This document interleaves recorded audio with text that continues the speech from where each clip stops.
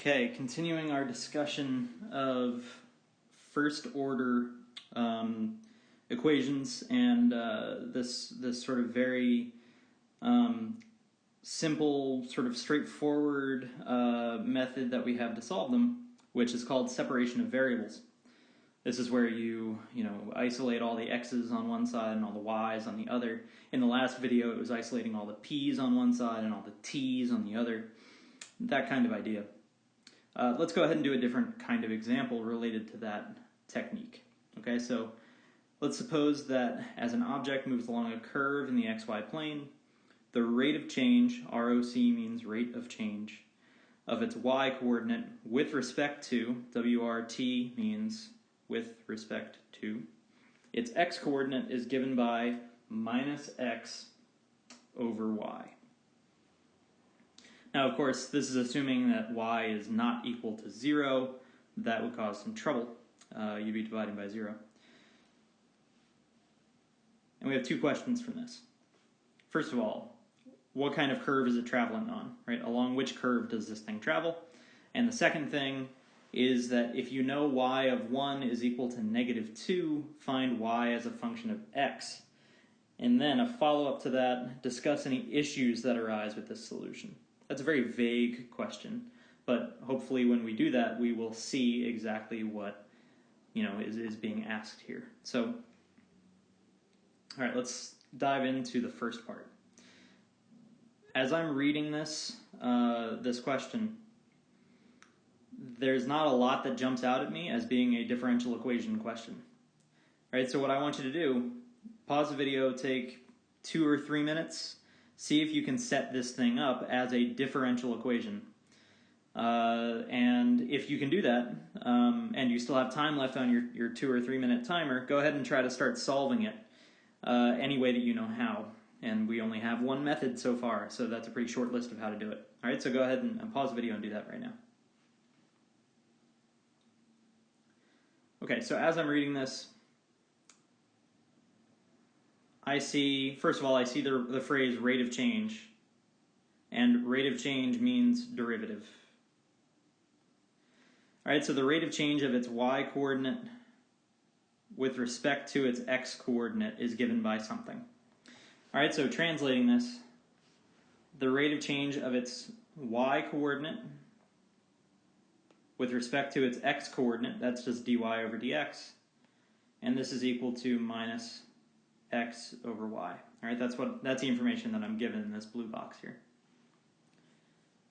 Okay, so if I want to have any chance of answering along which curve this thing travels, it probably has to do something with being able to analyze this differential equation. So let me put this on a different page here. Right, we're looking at dy over dx is equal to minus x over y. Now, this differential equation has some key features to it that I want to point out. This is not a linear equation. All right, that's one thing I want to point out. I haven't really gone into a discussion of what linear versus nonlinear means, but let's begin it now. This thing is not a linear equation, and we've got division by y.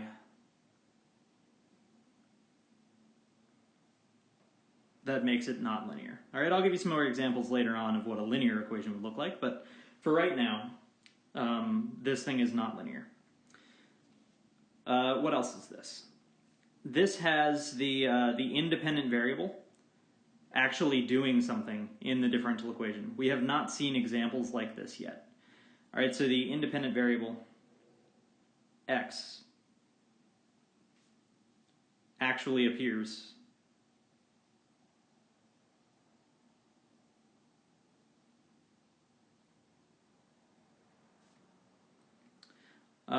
in the differential equation. That has not happened for us yet. There have never been any instances of differential equations we've looked at, because we've only looked at a couple, really. And they always only involved the dependent variable. They always involved just the bunny population, for instance. They've never actually involved the independent variable showing up over there. Because this is happening now, this kind of equation is called non-autonomous.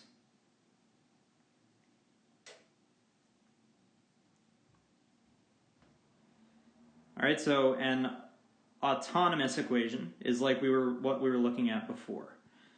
All right, so if we had, p prime is equal to gamma p 1 minus p,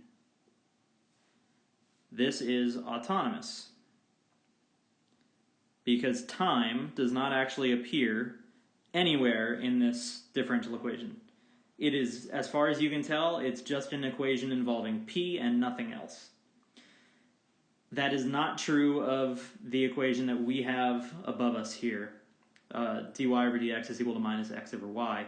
X is a very important part of this differential equation. All right, there's no way to ignore it. And the reason why it's called autonomous versus non-autonomous, an autonomous equation is one that is, the equation itself is not time or space dependent. All right, it's autonomous in the sense that it exists on its own, right? It's living its own life. It's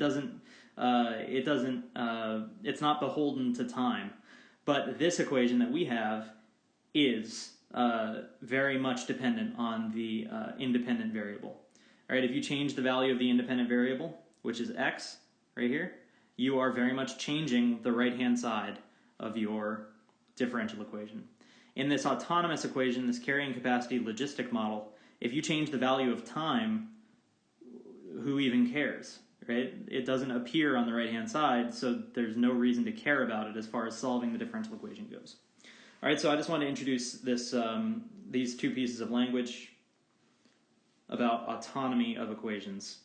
Autonomous means the independent variable does not appear anywhere in the differential equation itself, and a non-autonomous equation has the opposite, right? It's the independent variable does show up in the equation itself. All right, so we're dealing with a non-autonomous equation. I just wanted to point that out to give you, just this extra piece of language. Okay, so that doesn't actually help us solve it because we only have one method for solving these things right now. So let's go ahead and try to use it. All right, so let me grab this equation, bring it down here. All right, we've got dy over dx is equal to minus x over y. And now the only method we know is this separation of variables method, where you try to look at your equation and say, okay, can I get all of my y's on one side and can I get all of my x's on the other?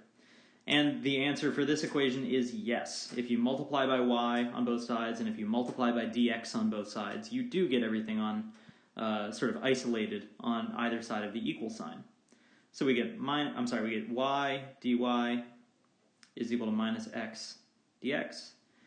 And now to make those symbols make sense, you have to anti-differentiate or take the indefinite integral of both sides, however you want to think about it.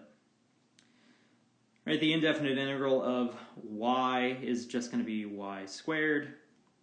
I could add a constant, remember. I should add a constant because it's an indefinite integral. I'm going to do that on the other side of the equation, so I'm not going to worry about it right now.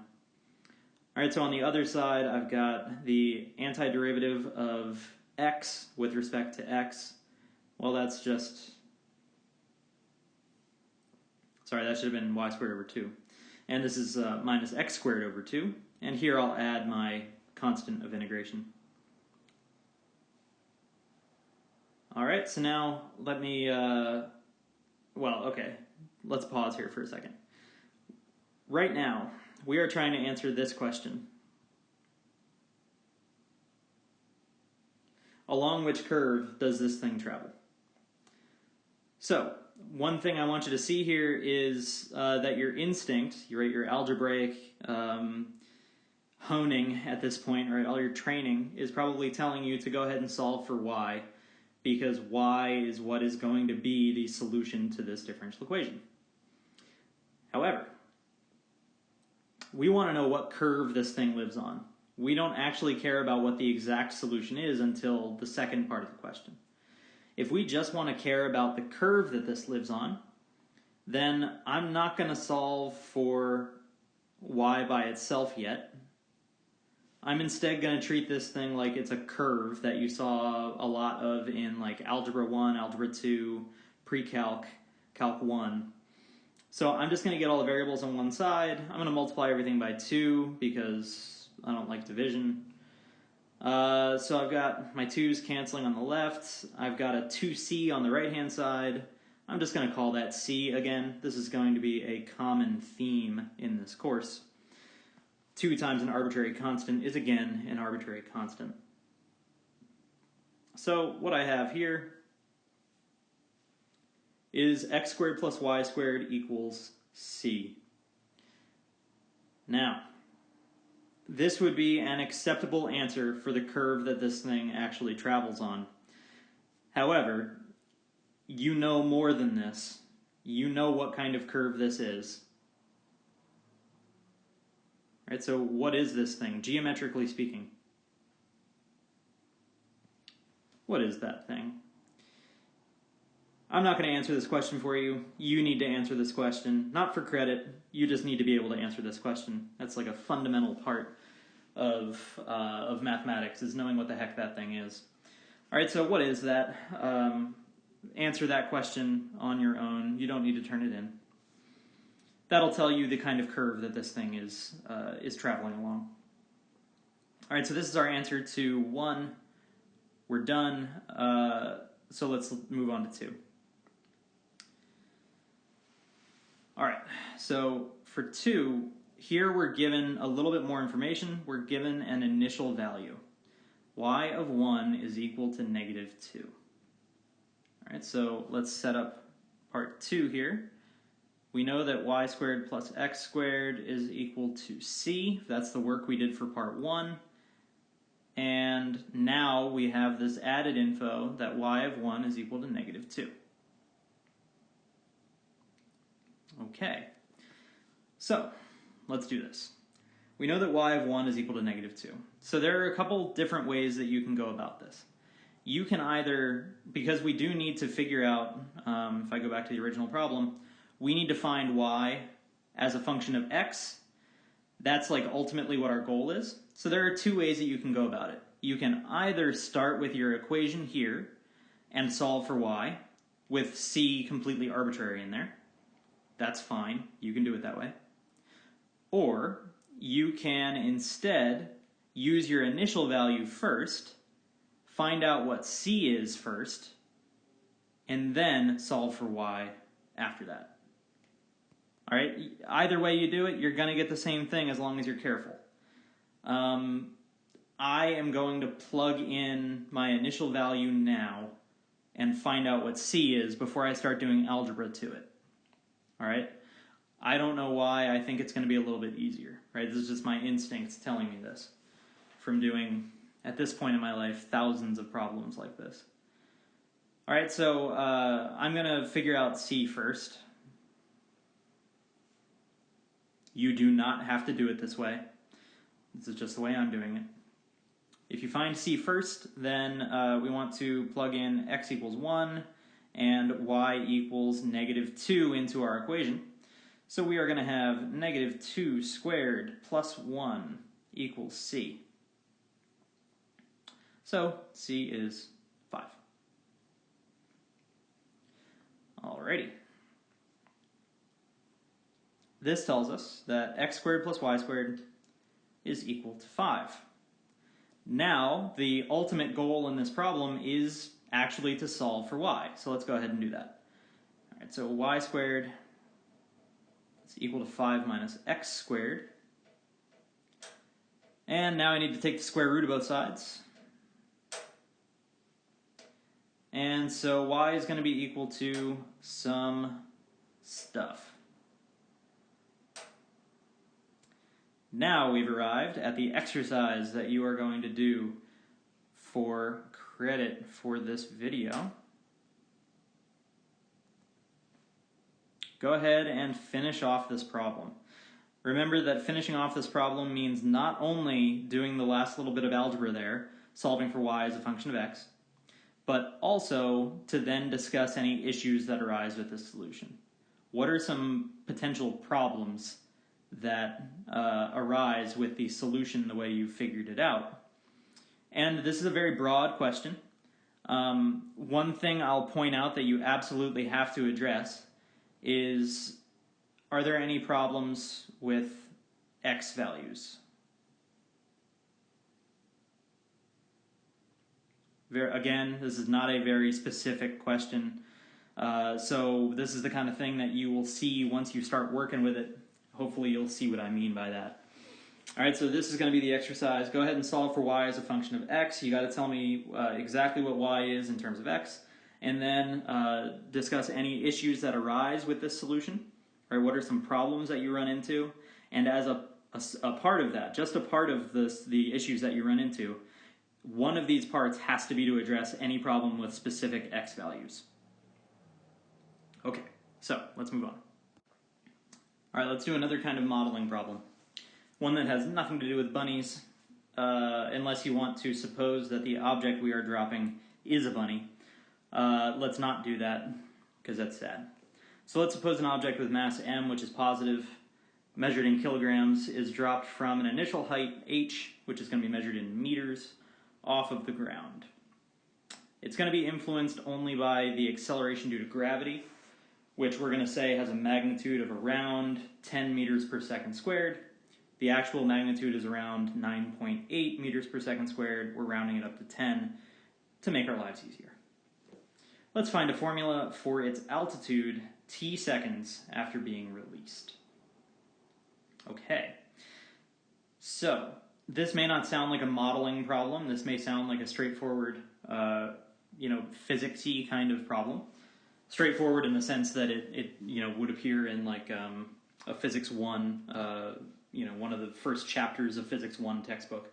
That's what I mean when I say straightforward. So this is a modeling problem, number one, because we're making a ridiculous assumption, which is that it is influenced only by the acceleration due to gravity. And remember what we were doing with our bunnies. We were making ridiculous assumptions like they never died, they had perfect food sources, no competition, no predators, no human involvement, etc., etc. So, modeling begins with making ridiculous assumptions to get your foot in the door and to see if you can figure out what's happening. So this is what we're doing. We are trying to model a falling object. And to begin modeling, you always want to start with the simplest possible assumptions just to get yourself started. So this is what we're doing. We're dropping an object with mass, some positive mass, from some height off the ground. And we're going to say, to make our lives easier, that it's only being accelerated by gravity. That's the only thing working on it. We want to find a formula for its altitude any number of seconds after it has been released. Okay. So, the first thing I've got to do here is draw a picture. All right, there's my ground. There's my object. And it is being released and it's falling. All right, so just based on the information they've given me here, I do not have a lot of stuff that I know exactly how to put in my picture right now without doing a little more work. For instance, I know that the initial height is supposed to be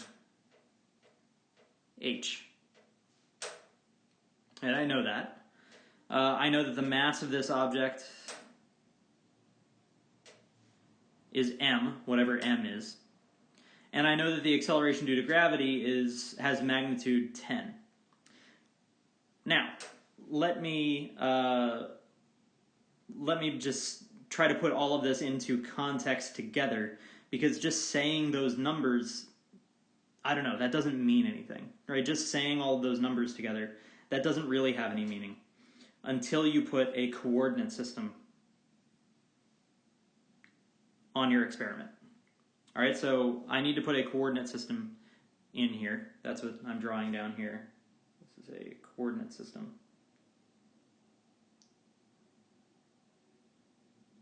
All right, basically a coordinate system is just a way of telling yourself and telling anyone who's trying to understand your conclusions, your model, what's up and what's down. All right, that's really all you're trying to say here. So let's call this our y-axis. You know, it's vertical, let's call it y. And let's say up toward the sky is the positive y direction, and down through the ground is the negative y direction, and I'm choosing to make my my ground height 0. All right, these are choices I'm making.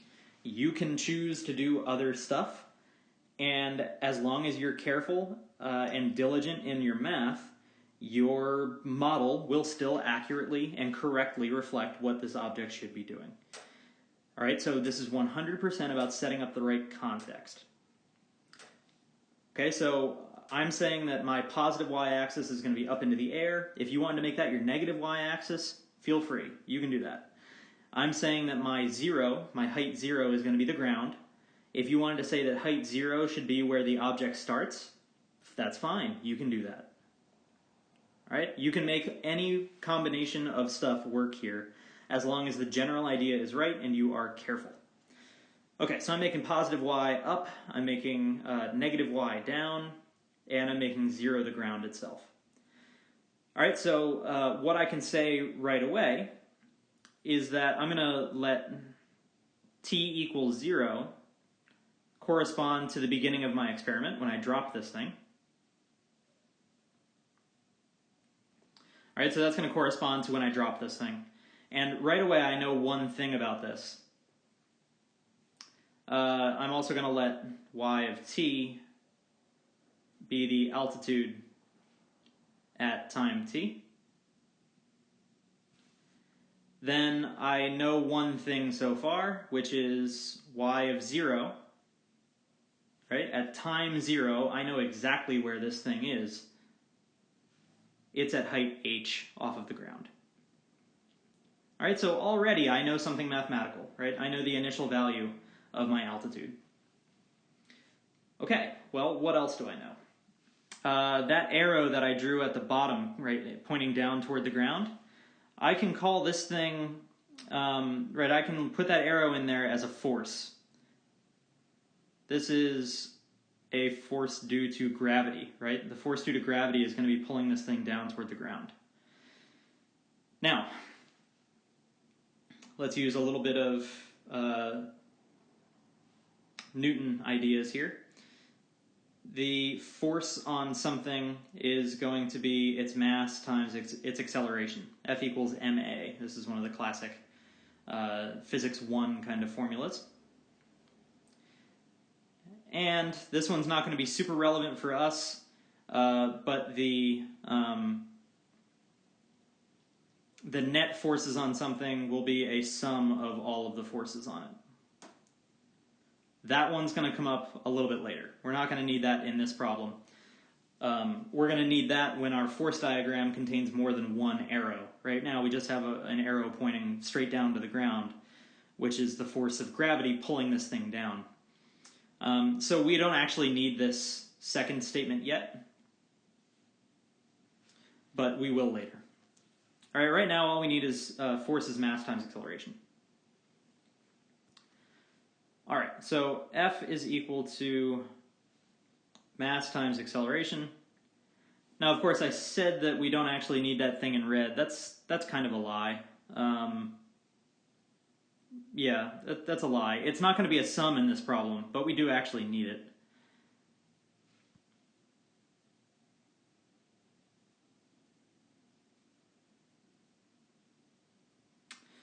So, the net forces on our object look like mass times acceleration. And we know that the force due to gravity, right, this is also going to be a force, therefore it's also a mass times acceleration. The mass of the object times the acceleration due to gravity, which we are saying is 10. Now, here's the thing that you need to be super duper careful about. Is that a positive force or is that a negative force? Right? F sub g, the force due to gravity. Is that a positive or a negative force in this coordinate system? That's why defining a coordinate system is possibly the most important part of the entire problem. All right, so in this coordinate system, is this a positive or a negative force? The way to answer this question is by looking at how I define my positive and negative y-axes. Does this thing point toward the positive y-axis, or does it point toward the negative y-axis? The answer is that it points down, which is how I defined negative, right? The negative y-axis points down. So this thing is a negative force. All right, that minus sign in there, absolutely crucial. All right, you are going to get a wacky answer if that minus sign is not in there. Okay, so the way that this sort of cryptic statement about the net forces being the sum of all the forces, well, that tells us that the mass times the acceleration of our object is equal to the only force that's currently acting on it, which is that due to gravity,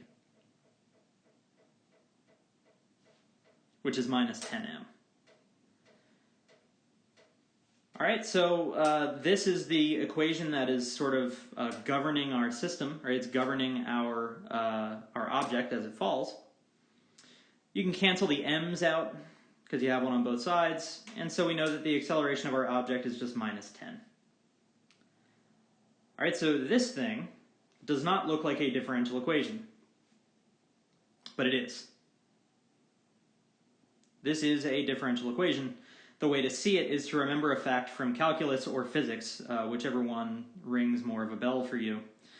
The acceleration of an object is its second derivative with respect to time. Right? It's a second derivative of position with respect to time. Position in our context here is the height, the altitude. So the acceleration of this thing is going to be the second derivative d squared over dt squared of y. In other words, y double prime.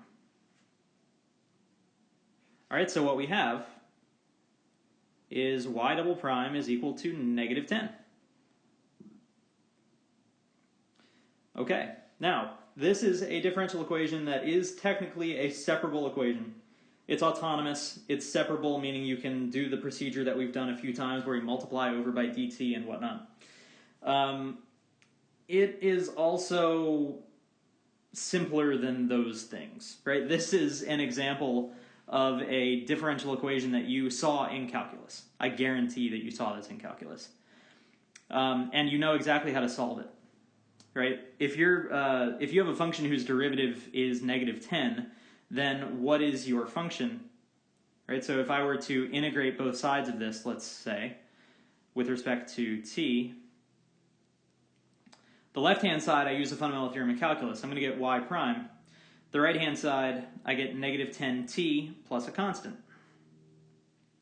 See, that's not so bad. That constant is an issue. What do I do about that constant? The way to remedy this is to recognize that dy over dt is the velocity of our object, right? It's how fast it's going at any given time. And so to figure out what c is, notice that v of 0 would be equal to negative 10 times 0, which is 0, plus c. All right, so if you know the initial velocity, c is going to be that initial velocity.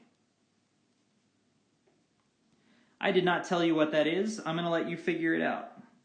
You don't have to do it for credit. Just figure it out in the course of filling in the details while you're working on this problem. All right, so now you're going to have y prime is equal to minus 10t plus, I'm just going to leave it there as c for right now. Actually, no, we know it's the initial velocity. Let me give it a more instructive name. Call it v naught. Now, you want to undo this last derivative to figure out y. Go ahead and integrate again with respect to t. Left-hand side, fundamental theorem of calculus again gives you y. And on the right-hand side, integrating negative 10t gives you negative 5t squared plus v naught t plus some constant of integration. And again, in filling out the details of this problem, go ahead and figure out a way to tell me what that constant is supposed to be based on the info that we have in the statement of the problem. All right, with all of this being told, you will finally have a formula for exactly how high this thing's going to be at any given time t.